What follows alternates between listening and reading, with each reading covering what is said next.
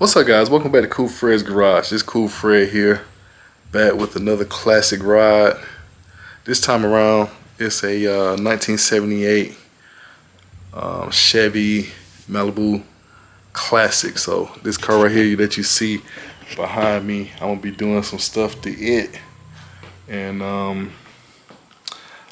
I'll talk about the car a little bit. I know I talked about it a little bit last video, but we'll talk about it a little bit. Then we'll just talk about pretty much the game plan for it and what we're gonna do to it.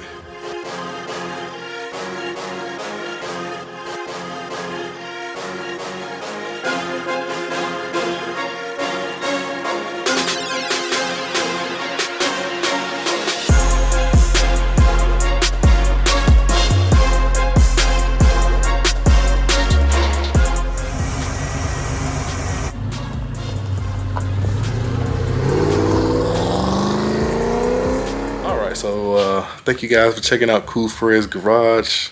I can see I got a few subscribers that subscribed in the past few weeks, so shout out to you guys. So Cool Fred's Garage is a video vlog series I've been doing for a little bit now. Initially it was pretty much gonna be called Cool Fred's Classic Car Repair or something like that. Cause that's pretty much what I wanted the channel to be geared towards, is more towards the classic cars, like that Ford Torino that I've been working on, my Chevy Impala, and then of course something like this 78 Malibu Classic. But I just decided to name it Cool Fred's Garage because I usually work on a variety of vehicles from time to time, but pretty much the more, more the stuff I'm passionate about is customizing and building, old school cars, just customizing anything. Like even, my truck that you guys see from time to time, which is over there, even I got a few upgrades on that. It's not 100% stock, but it's more modern. So pretty much Cool Fred's Garage is just a channel. I'm a gearhead. It's just a channel about modern cars and trucks, classic cars, pretty much anything. And then if you guys are into any European stuff, because I work on BMWs pretty much on the daily, you guys can check out Cool Fred's Beamer Tech. But we're about to get into this car here in a little bit, but just wanted to shout out to everybody. Thank you for checking out the content. I've been getting some good feedback. A lot of people asking questions. Like one of the last things I just got through, the last major project that I just did was on my 73 Chevy, on the Impala, the blue Chevy. Did the rear disc brake conversion and some suspension stuff in the back. So I'm pretty much trying to get caught up on editing all of those videos, so y'all can see the complete project on that thing, start to finish. So another reason, just because of time, work, and stuff like that. But I actually got a lot of content. I just got to get it all edited and put it out for you guys to see. So I got a few more videos, but by the time y'all see this car right here, most of that should be up. And hopefully on this one, I'll try to keep the videos coming so y'all can kind of see the progression of this project right here. So just want to thank you guys again for checking out Cool Fred's Garage. Like, share, subscribe, all that good stuff. And we're about to start getting into this 78 Malibu Classic, which pretty much I'm just gonna call it the Cream Malibu Classic Project, something like that, something along those lines. But that's gonna be pretty much what the playlist gonna be, and all the videos regarding this car is gonna be. All right, so here we go. So pretty much, as you guys can see, as I pointed out last time, is we got pretty much got a lot of parts for this thing. So what I'm doing to it, if I didn't get a chance to explain yet, I did talk about a little bit in the last video. But basically, I'm doing an engine swap to this car. So we're gonna replace the old 305 with something that's got a little bit more power. So I'm gonna be putting in a built 350 with a roller cam. So got all kind of goodies. That's what we refer to. That's what we refer to the performance parts are. We call them goodies because it's almost like Christmas presents up under the Christmas tree. So we're just gonna call it Christmas in July 2024. Yeah. So we got lots of parts in the car. There's also a lot of parts in the trunk.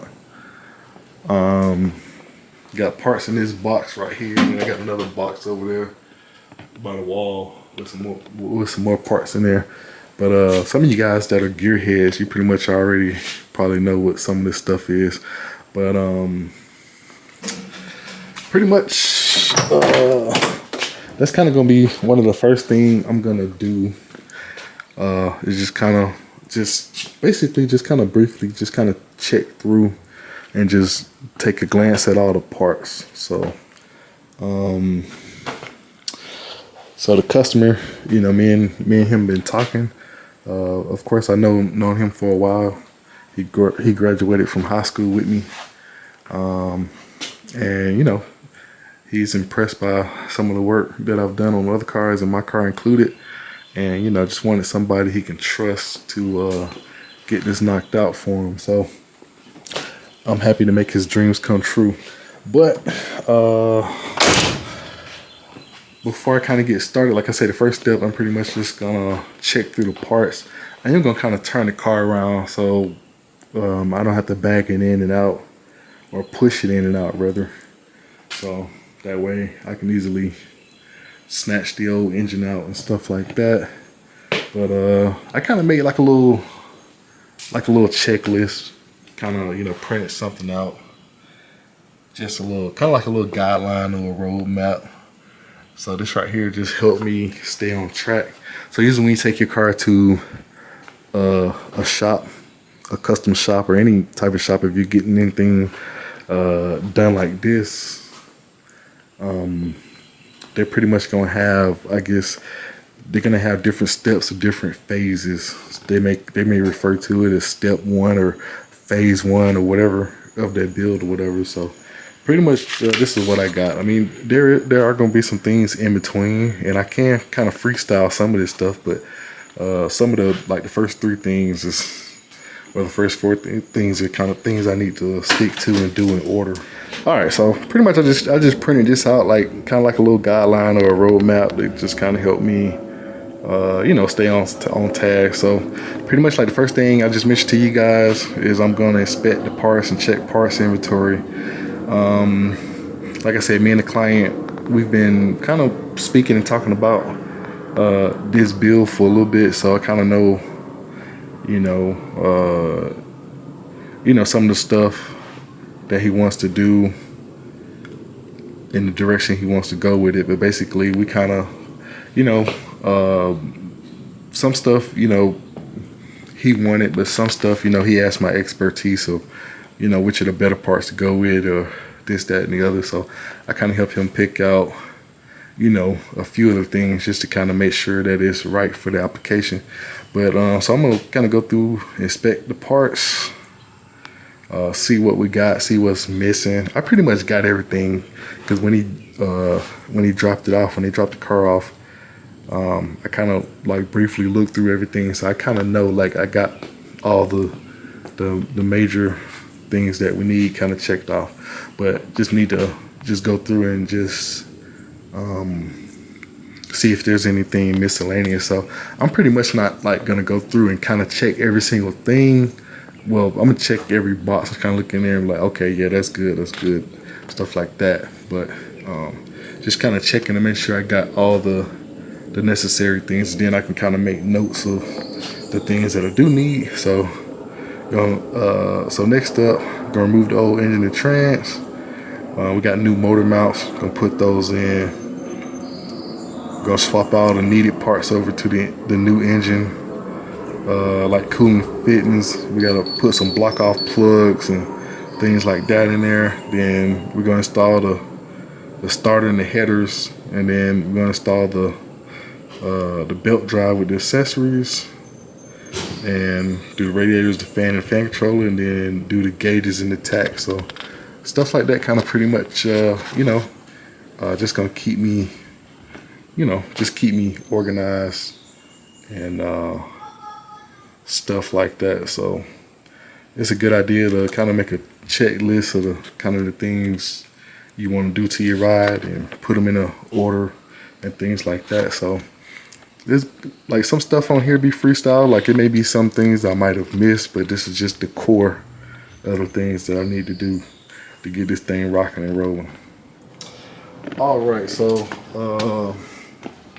I'm just kind of, you know, glancing over most of the parts and everything like that. So there's a lot of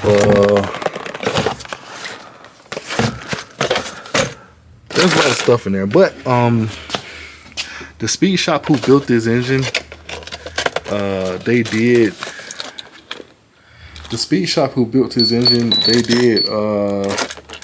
kind of put this thing on a dyno stand and did run it. So in here is like the spark plugs, the carburetor spacers and stuff like that, or the carburetor bolts. So back here we got like radiator, some headers, got a sunny bag. I know we got attacking gauges, transmission cooler. So I'm pretty much just gonna go through this stuff real quick, just kind of make sure that, you know, I got everything that I kind of need, and then I'm gonna spin the car around and get it prepared to start disassembling it.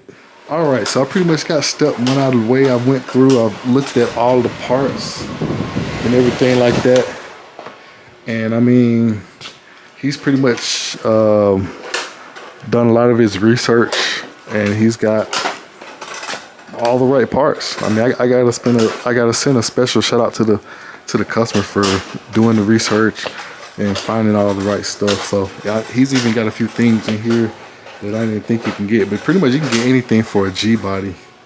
But yeah, so based on these parts, you can see a lot of the stuff that we're probably gonna be doing. But so in this box right here is the heater core. Got hoses, thermostat, got the torque converter down there. Got headers over there. Got an aluminum radiator, so blower motor in this box. So transmission cooler. Got the oil dipstick. Hi. My son, little Al, he's trying to bomb the video.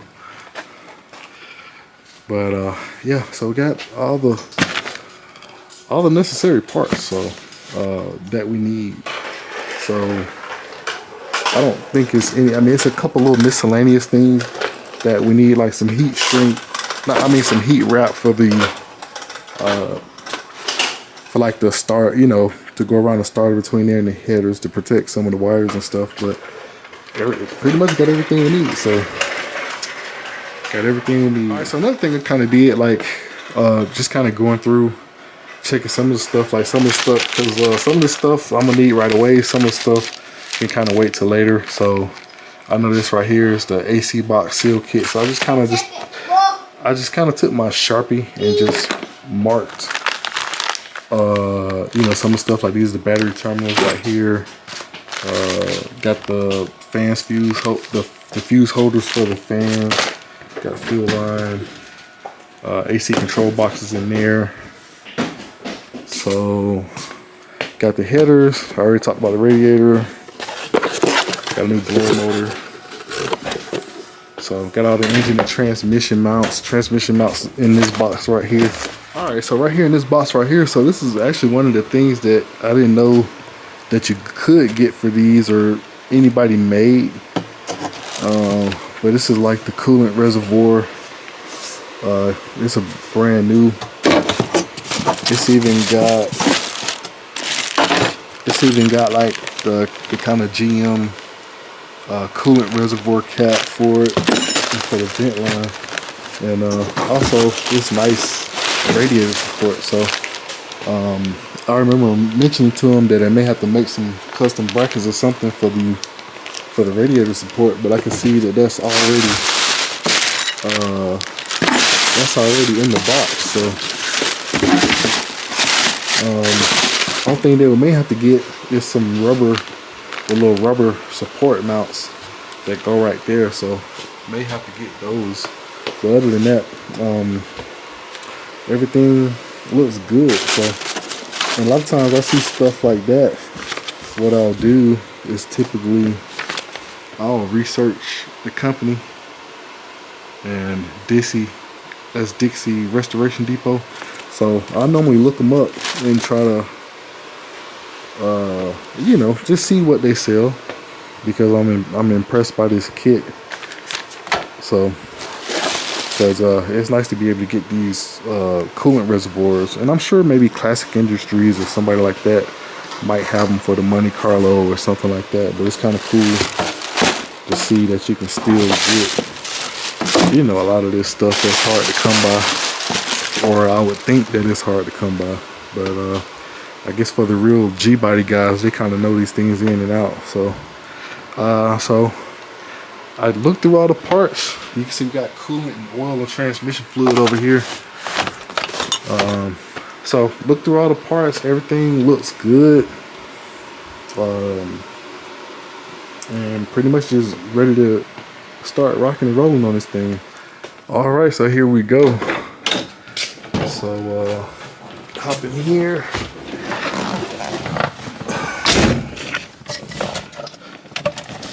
So pretty much this is gonna be the last time we hear this 305 run. So pretty much back in the day, your grandfather, great grandfather, or even your mom, your dad, or your grandmother, or whoever, before fuel injection, they had to hop in here, hit the gas pedal 2-3 times,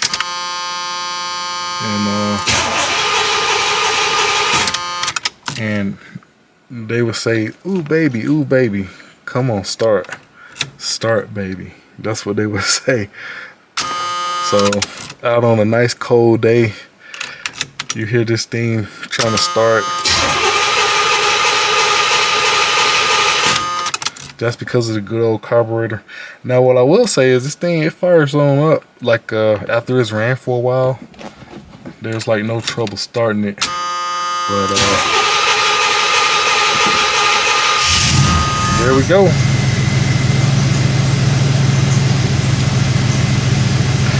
So it's running. All right, so here we go. So this is pretty much gonna be one of the last fire ups of the 305 before I get it out of here. But I'm not sure what the customer plans on doing with this engine, but I mean it does run pretty good.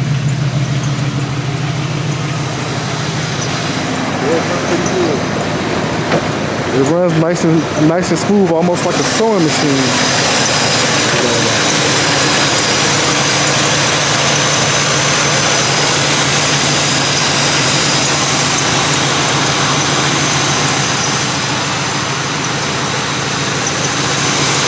Nice and smooth like a sewing machine, but the 305 is about to get ready to go goodbye, so that's all you're gonna hear of this guy.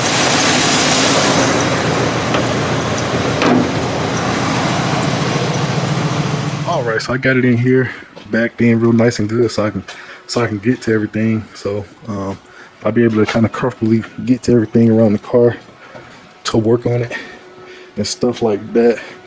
So next up, I'm finna get the fluids drained, start pretty much snatching the hood off, getting it jacked up, all that good stuff.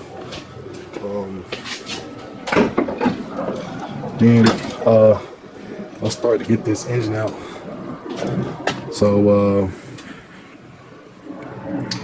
pretty much this is it. Not really nothing that's too complicated. There is some a little bit of emission control stuff on here, but not nothing too crazy. Everything is pretty kind of laid out. It's simple. So you know, but so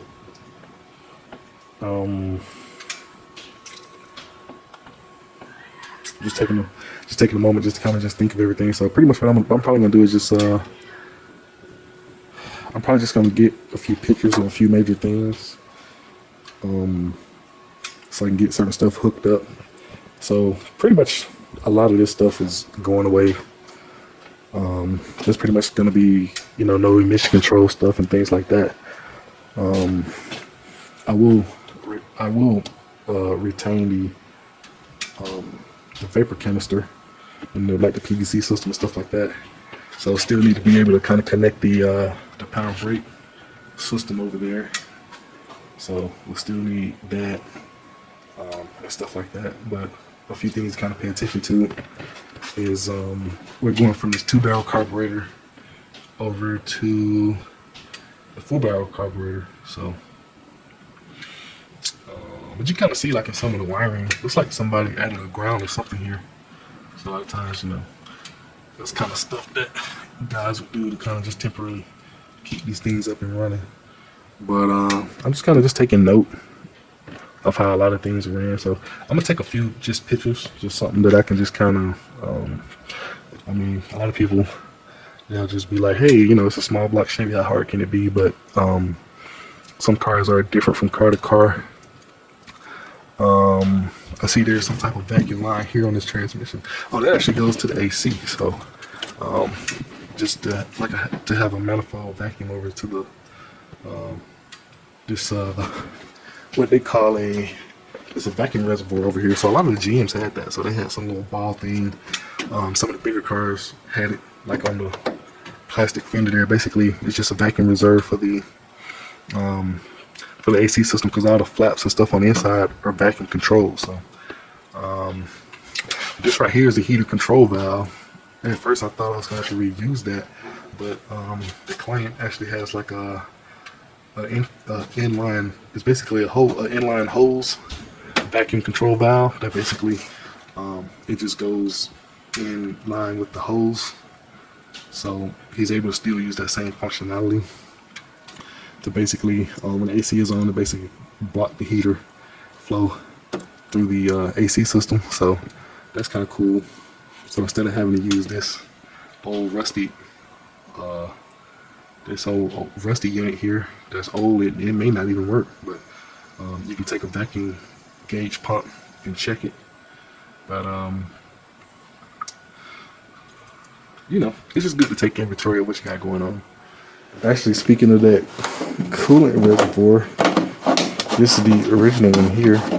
So it actually doesn't look that bad or too old, but you know, got the new one in the kit. That's the one we're gonna use.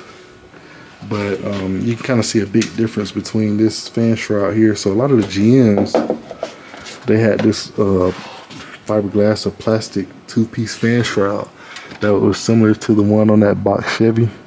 Actually, this one may be a 1-piece. No, it's 2-piece. It's just, I can see where it kind of screws together. So that will kind of prevent you from, you know, not going to electric fans, but it just kind of makes it, because you have to make either a bracket or something like this. But the other one, it has more like a kind of classic car style plate that will go up here. And we'll cross that bridge once we get there. But you kind of see that it basically deletes the mechanical fan shroud in favor of just a bracket support that can go. They can utilize these bolts right here. So that's more favorable. So that's my first time using something like that, but it is nice to know. I'm sure based on this here that like that box Chevy, I could probably find a piece a factory style piece that's like in this kit here, because these use that 26-inch radiator, so they pretty much use the same radiators and stuff. Alright, so I'm gonna go ahead and start getting this thing prepared to come out, so you guys just stay tuned. So that's gonna be it for today, but like, subscribe, comment, all that good stuff. Check out Cool Fred's Garage, some of the other content that I got on here, and I'll be back with some more footage of getting this engine out and getting it up and running.